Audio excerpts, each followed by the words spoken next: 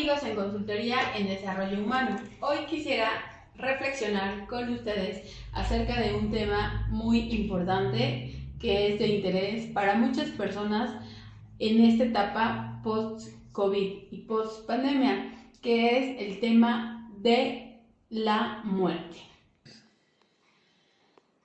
Este tema es muy importante de reflexionar porque es un tema que poco se habla de ello. Por lo general es un tema incómodo, el cual nadie quiere tocar y el cual cuando tú estás conviviendo, no sé, en una cena familiar o algo, nadie quiere arruinarse ese momento, pero es muy importante platicarlo y es todo un tema de reflexión. Bueno, comencemos por lo primero. Algo inevitable que va a suceder algún día es morir. Bien lo dice el filósofo Arturo Schopenhauer. El hombre desde que nace muere. Y nosotros, si lo equiparamos a la naturaleza, pues sí, las hojas de un árbol caen, los animales evolucionan y, bueno, mueren. Todos como seres humanos, lo único seguro que tenemos es esto.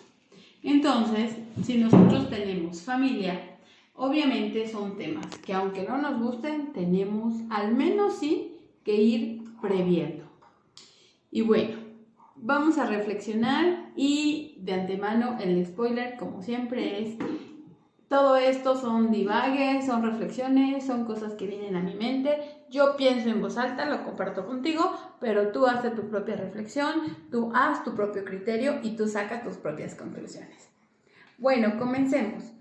La rama del conocimiento que estudia este proceso es la tanatología, que proviene de la palabra logos y thanatos. Thanatos sabemos lo que significa, que es, y logos estudio o tratado. Entonces, un tanatólogo se dedica a dos cosas básicamente. Una, al paciente terminal, prepararlo, guiarlo, acompañarlo. Ese sería como uno de sus labores. Y la otra, acompañar a la familia también durante el proceso y una vez que el ser querido ha partido. Entonces, esa es la labor de un tanatólogo. Y bueno, obviamente es el área que se especializa en eso, pero también hay otros profesionales que pueden ayudarte, ayudados de la tanatología, como en este caso los psicólogos, los terapeutas, los coachings, o aquí en Consultoría en Desarrollo Humano también se pueden tratar ese tipo de temas. Vamos a empezar. Cuando estamos hablando de una persona, no solamente es un hecho biológico y ya. No, implica muchas cosas. Implica el área familiar, incluso el área económica, incluye el área legal. Y bueno, pues aquí a lo que nos interesa a nosotros, que es el desarrollo humano, el bienestar emocional de las personas involucradas. Y bueno, hay que también tener en cuenta que no es solo de un ser querido. También podemos tener procesos muy difíciles en donde perdemos un trabajo, en donde se cae en una depresión porque se muere una mascota. No solamente es el fallecimiento de una persona, sino es el cambio de un estilo de vida a otro, o sea, cuando hay una transformación. Más conocido y más es cuando es de un familiar. Pero bueno, ahorita voy a explicar más a fondo esto, por si no fui clara. Ok, vamos a comenzar. Uno de los personajes claves o más importante es Kübler-Ross. Aunque hay muchos autores, pero ella es como la top, la que viene a nuestra mente cuando vamos a hablar acerca de este tema y de esta rama del saber. Ella se dedicó a estudiar a pacientes que estaban a punto de pasar a otro plano y ella detectó muchas cuestiones que son muy importantes analizar poco a poco. Pero bueno, ella condensa todo este estudio que realizó en 5 etapas que hoy en día están clasificadas como etapas en un duelo. Y vuelvo a repetir, un duelo no solamente va a ser el perder a un ser querido cuando biológicamente ya no está.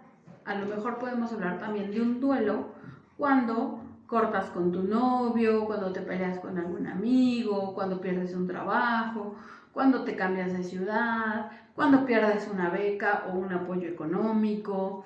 O sea, hay diferentes etapas en la vida que van a culminar o van a derivar en un duelo.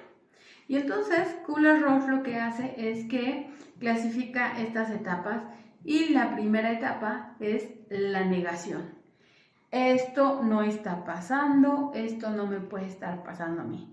La negación es un mecanismo de defensa que surge para proteger la psique, para decir, como un tranquilizante, decir calma, todo va a estar bien, cuidado, ¿no? Es como para no alterarse de más y no caer en esta psicosis colectiva de, no, ¿qué va a pasar? ¿No? Entonces la primera es la negación.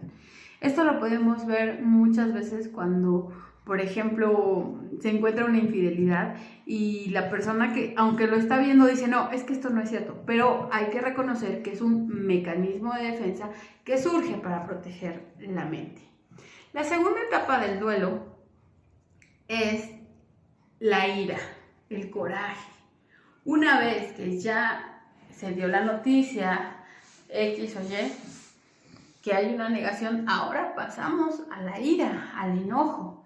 Y muchas veces las personas en esta etapa incluso se enojan con Dios, porque dicen, porque a mí, si yo tengo muchas cosas por hacer, o por ejemplo cuando te despiden de un trabajo, ¿no? Pero ¿por qué si yo era la más comprometida? No es justo, bla, bla, bla, bla, bla. Entonces, en la etapa de ira, las emociones están a flor de piel. La tercera etapa de la cual nos habla Kubler-Ross es el pacto o negociación. En esta etapa ya se asume el tiempo, o sea, ya se asume que va a pasar algo. Es como de, ok, el poco tiempo o el mucho quiero hacer esto, quiero desarrollar esto, y muchas veces aquí es donde dicen que ocurren los milagros. Y por muy ateos o escépticos que seamos, sí llegan a ocurrir. Es decir, pacientes que están muy enfermos y que de repente, pacientes que están muy enfermos y que dicen, bueno, Dios, solamente déjame arreglar este asunto. A veces tienen una mejoría, se les permite hacer y bueno, obviamente al final sí sucede lo que estaba previsto. Pero en esta etapa de negación es donde muchos, si bien ya tuvieron la ira, a lo mejor ira contra Dios, ahora negocian con Dios.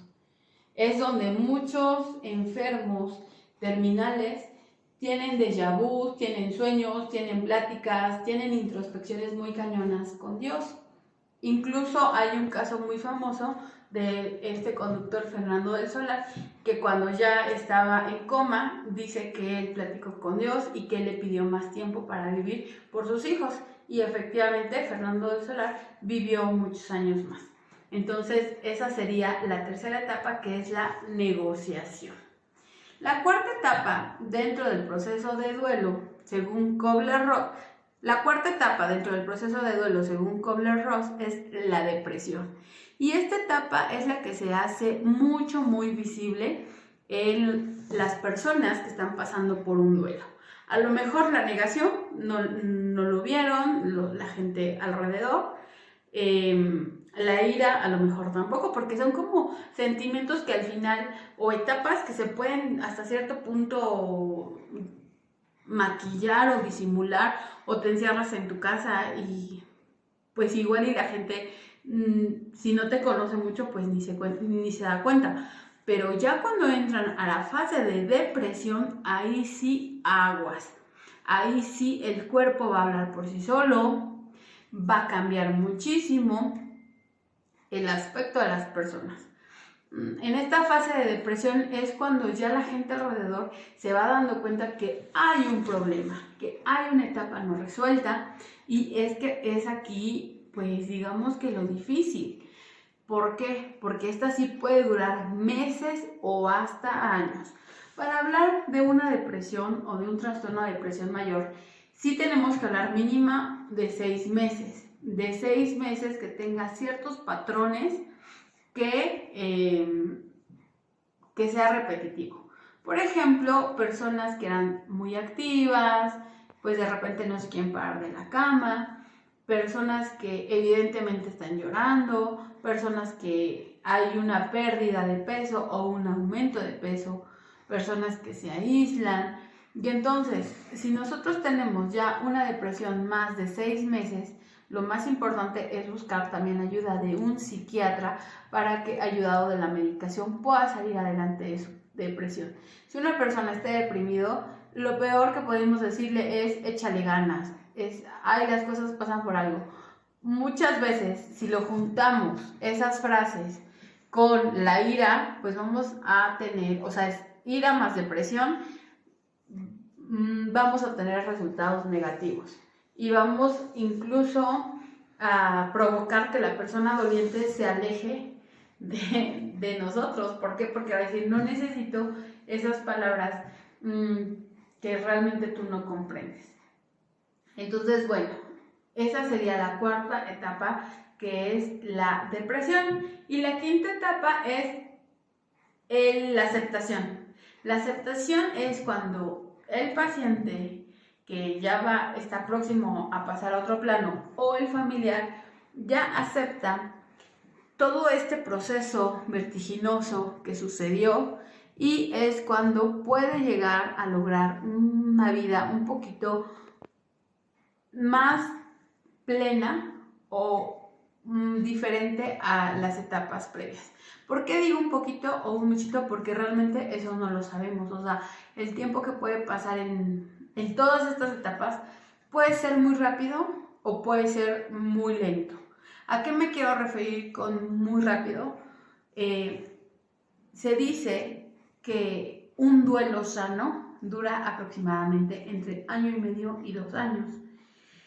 Y imagínate, estamos hablando de un duelo sano. 1.5 años, 2 años es muchísimo tiempo. Pero bueno, dicen que eso es como lo recomendado o lo sano.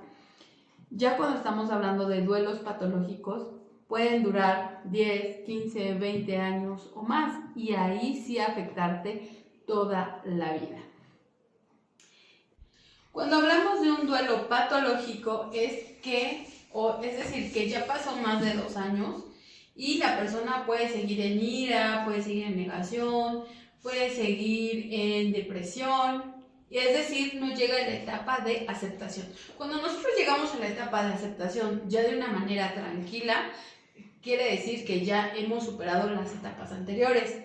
Hay que recalcar que esto no es cronológico. Mira, primero te va a dar esta etapa, luego no. Bueno, la de aceptación sí es como la última, y cuando hablamos de que ya hemos superado al menos en un 80% este duelo.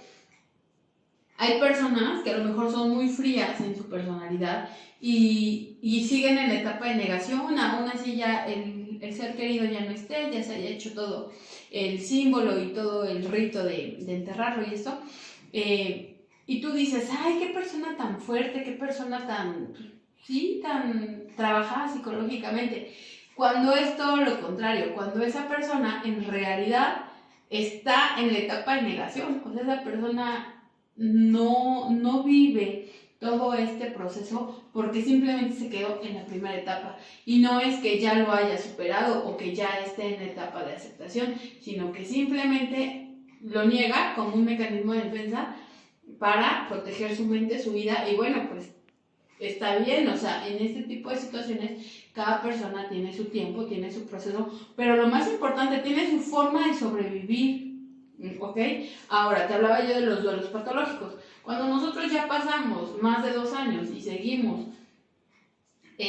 con esas actitudes o con esas formas de poder superar ese duelo, pero ya afectan la vida de otras personas o tu propia vida, pues estaríamos hablando de un duelo patológico.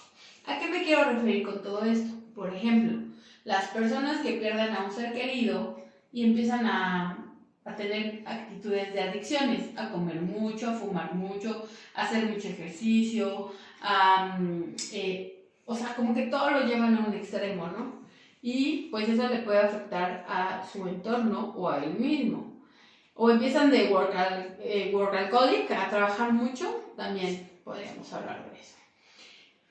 Si fue, por ejemplo, un duelo por una ruptura de pareja, las personas que ya pasó más de un año, ya pasaron más de 2 años y siguen con ese dolor de que perdieron a su pareja, de que fueron abandonados en el altar, de que rompieron una relación muy, muy importante y ya pasaron más de 2 años y siguen con este tipo de actitudes, bueno, tienen que buscar ayuda profesional.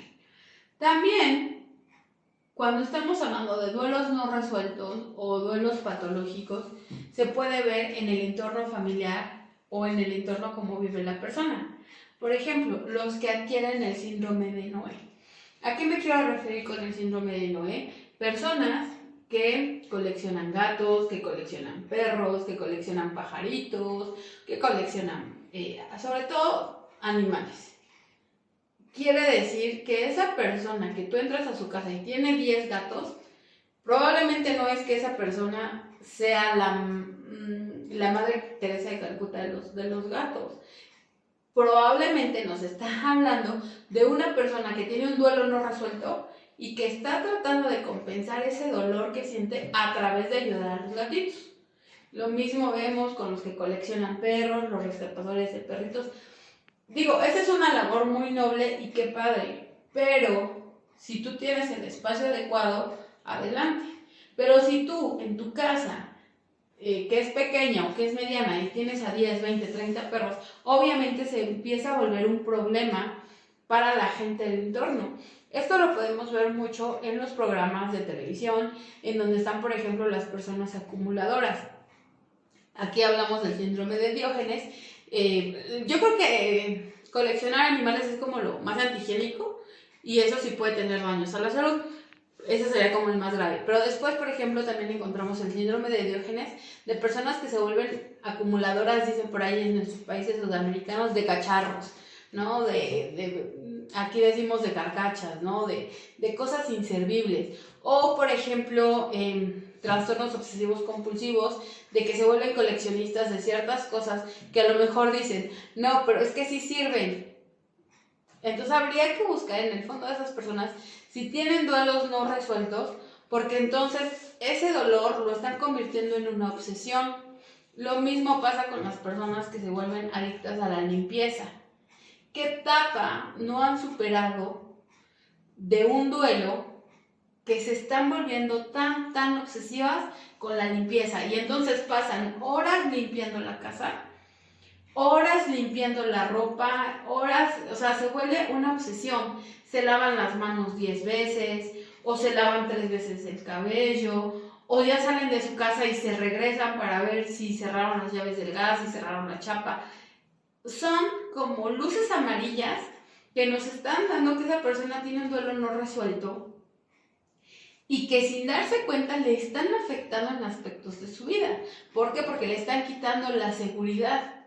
Su seguridad entonces se convierte en coleccionar animales, en coleccionar cacharros, en volverse obsesivos compulsivos, en volverse limpiadores compulsivos, en volverse coleccionistas, etc. Claro, no hay vida perfecta y nadie tiene una vida perfecta, pero sí podríamos estar hablando de asuntos no resueltos y como te comentaba yo al principio del video, para hablar de un duelo no es a fuerza que un ser querido pase a otro plano. Pueden haber otro tipo de situaciones en el camino que te causaron un duelo. Vuelvo a repetir, que no terminaste a lo mejor la universidad, que no terminaste bien con tu novia, que te corrieron de un trabajo, que se te murió tu perrito, que se fue tu papá o tu mamá de la casa o que trabajan mucho. O sea, son muchas situaciones y obviamente son diferentes en cada una de las personas. Entonces, en este video, ¿por qué quiero reflexionar con ustedes acerca del duelo? ¿Por qué? Porque después de la pandemia que acabamos todos de vivir, el SARS-CoV y así, mucha gente se ha quedado con duelos no resueltos. Muchas personas pasaron por situaciones muy difíciles, que perdieron sus trabajos, perdieron sus negocios, perdieron sus casas. Y ya si vamos escalando en la lista de dolores, pues perdieron a mamá, perdieron a papá, perdieron familiares, hubieron familias completas que pasaron a otro plano. Y la gente no nos toca más que sobrevivir a eso. Sí, vamos sobreviviendo, pero también nos vamos quedando con ciertas piedritas, con ciertos costalitos o costalotes que hay que seguir cargando. Entonces, si tú sientes que tienes un duelo no resuelto, te hago una invitación a solicitar ayuda. Aquí en Consultoría en Desarrollo Humano podemos escucharte, podemos acompañarte en ese proceso. Aclaro, no somos tanatólogos especializados, más sin embargo podemos acompañarte en este proceso para que alcances tu potencial humano y tu desarrollo. Aquí donde nos encontramos, obviamente, hay personas especialistas que si no podemos derivarte a estos especialistas. Pero bueno, todo va a depender del proceso. Ahora bien, vamos a seguir reflexionando acerca de los efectos que nos dejó la pandemia, por ejemplo, en los pequeñitos. Los pequeñitos que ahorita tienen alrededor de entre 6, 8, 10 años, sobre todo los que nacieron en 2017, 2018, 2019, son pequeñitos que se volvieron un poquito, no estoy generalizando que todos, pero una gran mayoría no convivió con otros niños. Algunos se volvieron un poquito huraños.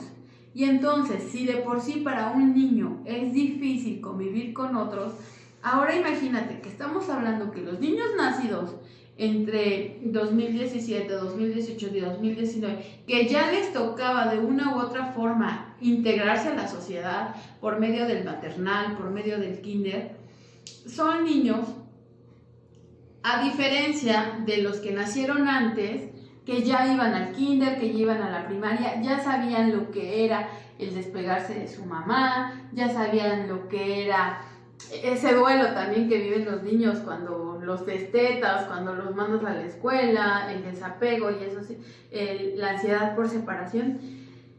Estos niños que les tocaba entrar a maternal, que les tocaba entrar a kinder y que no lo hicieron, que lo hicieron a través de una computadora, que lo hicieron a través de un celular, que no tuvieron la dicha de decir, mira, esta es la foto de tu primer día de la escuela, que no tuvieron esa dicha de decir, me regresaron porque todavía usa pañal. Es decir, ellos tuvieron que crecer e interactuar con otros niños a través de una pantalla. Tuvieron que conocer a sus maestros a través de una pantalla, a sus compañeros. Entonces, hoy en día son niños que van en los primeros años de primaria y son niños que, más allá de la cuestión académica y pedagógica, yo me quiero centrar en lo social.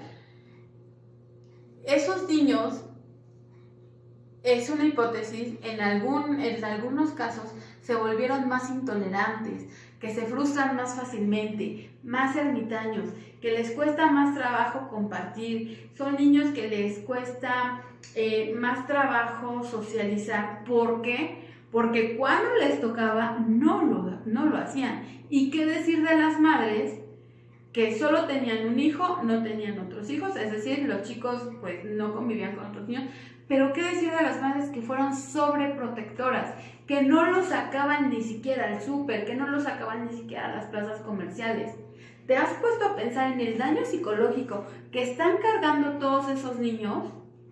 ¿Te has puesto a pensar en el daño psicológico que les ocasionamos como mamás, o que les ocasionó la sociedad, o que les ocasionó la circunstancia, el no salir y convivir con otros?